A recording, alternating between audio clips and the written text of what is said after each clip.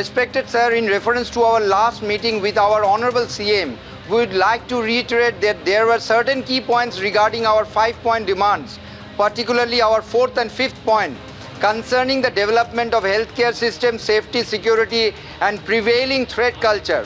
দিনে দুবার ব্যবহার করো স্টপেজ ক্রিম আর নিজেকে রাখো এভারগ্রিন। কেয়াশেক আরোমা থেরাপি স্টপেজ ক্রিম আর খুঁজে পাও নতুন আমিকে। আমাদের সঙ্গে এই মুহূর্তে ডক্টর সোহম সামন্ত রয়েছেন।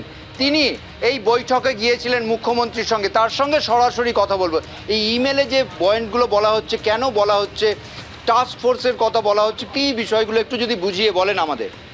প্রথমত আমি বলবো যে এই যে আমাদের 5টি দাবি, যেটা বারবার আমরাও বলেছি এবং এখন সবার মুখেই সেটা 5টি দাবি কিন্তু একটার সাথে আরেকটা অতপ্রতভাবে জড়িত, এবং সেখানে আমরা 4 নম্বর এবং 5 নম্বর পয়েন্টটি যেটি বলেছি সেটি সেফটি এবং সিকিউরিটি দুটো টার্মকে যদি আরও ব্যাখ্যা করি তাহলে তার একটা পার্ট হিসেবে কিন্তু দাঁড়ায় আমাদের 5th পয়েন্ট, যেটা হচ্ছে থ্রেট কালচার।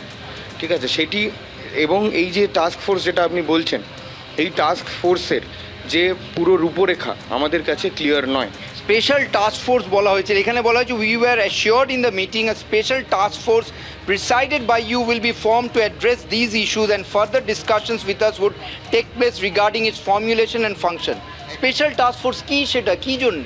এক্স্যাক্টলি, এই স্পেশাল টাস্ক ফোর্স যেটা বলছি সেটা আমাদের বিভিন্ন পুলিশ অধিকর্তা বা আমাদের স্বাস্থ্য অধিকর্তা এরকম কিছু জনকে নিয়ে বানানোর প্ল্যান করা হয়েছিল, কিন্তু সেটা একটা সেন্ট্রালভাবে ভাবা হয়েছিল এবং সেটার যে রূপরেখা সেটা কোনো কিছু নিয়ে ডিসকাশন ফার্দার হয়নি।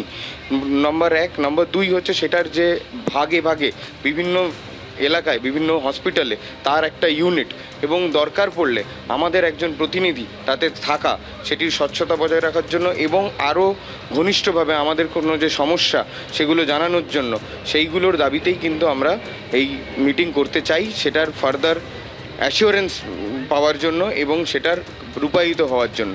এবং এই একই সুরে আমি একটা জিনিস বলতে চাই, সেটা হচ্ছে 5 নম্বর দাবিটা কিন্তু আমরা ভুলে গেলে চলবে না, খুবই ইম্পর্টেন্ট, যেটা গতকাল আমাদের সুপ্রিম কোর্টেও আমাদের লয়ার কিন্তু তুলে ধরেছেন যে আমরা সিআইএসএফ দিয়ে পুরো মুড়ে দিলাম, কিন্তু সেটাতে সিকিউরিটির ব্যাপারটা যদি কিছুটাও হয়, সেফটি, যে ঘরের ভেতর কে কাকে থ্রেট দিচ্ছে, কাকে আমি পাস করাবো, ফেল করাবো, এবং সেটা মানে খুবই খারাপভাবে থ্রেট দেওয়া, সেইটি কিন্তু সলভ হচ্ছে না। নির্দিষ্ট কাদের বিরুদ্ধে অভিযোগ এই থ্রেট কালচারটা? কারণ এত বছর এইভাবে থ্রেট কালচারের কথা আসেনি, এই আন্দোলনে বারবার এটা প্রকাশ্যে এসছে, নির্দিষ্ট কয়েকজনের কথা বলা হচ্ছে, নির্দিষ্ট লবির কথা বলা হচ্ছে, আপনি কি তাদেরই কথা বলছেন? দেখুন, সেটা তো কয়েকটি এক্সাম্পল মাত্র যেটি হয়তো উঠে এসছে। এটা আমি স্পষ্টভাবে জানাতে চাই, এতদিন তারা আওয়াজটা বার করতে পারেননি কারণ তারা সেই সাহসটা পাননি। তারা পীড়িত হয়েছেন কিন্তু সেই সাহসটা পাননি যে আমি নিজের আওয়াজটা তুলব। এখানে যখন আরও সাধারণ মানুষ আমাদের পাশে এসে দাঁড়িয়েছেন, তারা সেই সাহসটা পেয়েছেন যে নিজেদের আওয়াজটা তোলার। এবং সেই বিষয়ে কালকে সুপ্রিম কোর্টেও বিভিন্ন জায়গায় নাম প্রকাশ করা হচ্ছে না, তার কারণটা হচ্ছে অবশ্যই এটা ইনভেস্টিগেশনের আন্ডারে আছে এবং পরবর্তীকালে ইনভেস্টিগেশনে ব্যাঘাতও ঘটাতে পারে, তাই আমি কোনো নাম নেব না। কিন্তু এরকম একটি সুনির্দিষ্ট লিস্ট বিভিন্ন মেডিকেল কলেজ থেকে উঠে এসছে এবং সেই নিয়ে আমাদের সুপ্রিম কোর্টের কাছেও আর্জি জানানো হয়েছে এবং সেই বিষয়ে আমরা আমাদের আধিকর্তা মানে গভর্নমেন্টের সাথেও সেই নিয়ে আমরা আলোচনা করতে চাই। অর্থাৎ বুঝতে পারছো, এই ইমেল করা হয়েছে, বৈঠকের জন্য তারা অপেক্ষা করছেন এবং আজকেই তারা বৈঠক চাইছেন চিফ সেক্রেটারির সঙ্গে। আমার সঙ্গে আরও একজন চিকিৎসক রয়েছেন, আন্দোলনরত জুনিয়র ডাক্তার। এই যদি ইমেল আসে, আজকে যদি বৈঠক করা হয়, আপনারা কি ভাবনা চিন্তা করছেন? দেখুন, আমাদের প্রথম থেকেই আমরা এই যে অচলাবস্থা এবং স্বাস্থ্যক্ষেত্রে যে একটা ঘুঘুর ভাষা হয়েছিল, এই ঘুঘুর ভাষাটাকে ভাঙতে চেয়েছি এবং সেই সৎ উদ্দেশ্য নিয়ে আমরা চাই যে স্বাস্থ্য অধিকর্তাদের সাথে আলোচনায় বসতে। এই আলোচনায় বসে যদি আমরা দেখি যে সদর্থক কোনো ভূমিকা গ্রহণ করা হয়েছে, যে টাস্ক ফোর্সের কথা বলা হয়েছে, সেই টাস্ক ফোর্সের রূপরেখাটা খুব সুনির্দিষ্ট এবং সুচিন্তিত, তখন আমরা সেটা নিয়ে ভাবতে পারি এবং সেটাকে আমরা সদর্থক ভূমিকা হিসেবে দেখব। কিন্তু এখনই বৈঠকের আগে সেটা নিয়ে কথা বলা আমার পক্ষে সম্ভব নয়। তবে এই বৈঠকটা যে হচ্ছে, এটাও একটা সদর্থক ভূমিকা হিসেবে আমরা দেখতে চাই। আচ্ছা ডক্টর, আপনি সোহম কি বলতে চাইছেন, আপনার কি বলার আছে?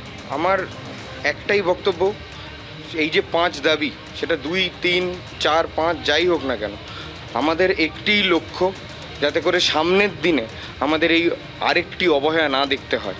এবং সেই কারণেই বারবার এই থ্রেট কালচার হোক এবং সিকিউরিটি হোক, প্রত্যেকটিকে এতটা সুনির্দিষ্ট না করা অবধি আমরা কাজে ফেরত যেতে চাইছি না।